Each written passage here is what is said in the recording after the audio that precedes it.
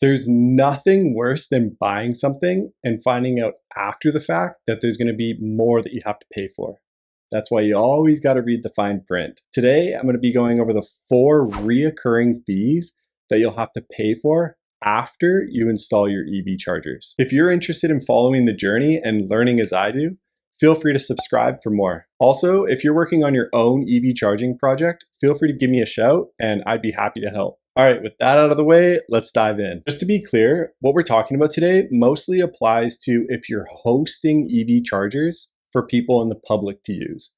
This could be for a business or maybe even a strata building. This doesn't so much apply to if you have your own EV charger at home and it's just for your own personal use. This information will probably still be pretty good because there's a couple things that will apply to you, but not everything in its entirety will be directed if it's for home use. The first and most obvious one is the electricity bill.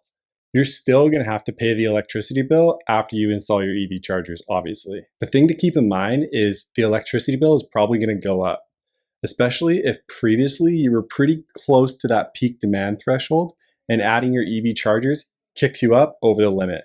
That's definitely going to increase the price of your electricity bill. Number 2 on the list is something called a networking fee. So EV chargers, you can kind of think of them as almost like a subscription model. They need to be connected to the internet and managed on the back end.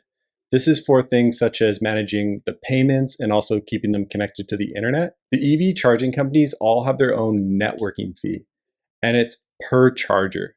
Sometimes it's as low as $25 per charger, and I've heard it go all the way up to $100 per charger every month. This is one of the main questions you want to ask before choosing an EV charging company is what is their cost of networking fee? Number 3 on the list.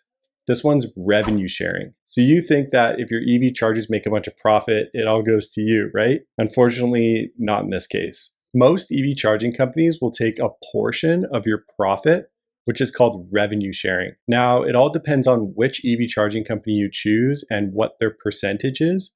But again, this is a big question that you're going to have to ask them before you choose an EV charging supplier. This can range from anywhere from 5% to sometimes even 50% or even 100% if they finance the entire project for you. But most commonly, I'd say they're going to take about 25% of the total revenue, which in many cases is about 50% of the profits. The 4th recurring fee is for the internet or the Wi-Fi. So in many cases, depending on the number of chargers you have, you can just connect them to your own Wi-Fi or your own internet connection. But if they are placed underground where the Wi-Fi doesn't reach, or if you have north of, let's say, 5 or 10 chargers that will need a substantial amount of data, then you'll most likely have to have your own dedicated internet or Wi-Fi specifically for your EV chargers. This will be an ongoing expense that you'll have to pay on a monthly basis. All right, there you have it. The 4 reoccurring fees of EV chargers. Again, if you're working on your own EV charging project and need some advice, feel free to give me a shout. I'd be happy to help.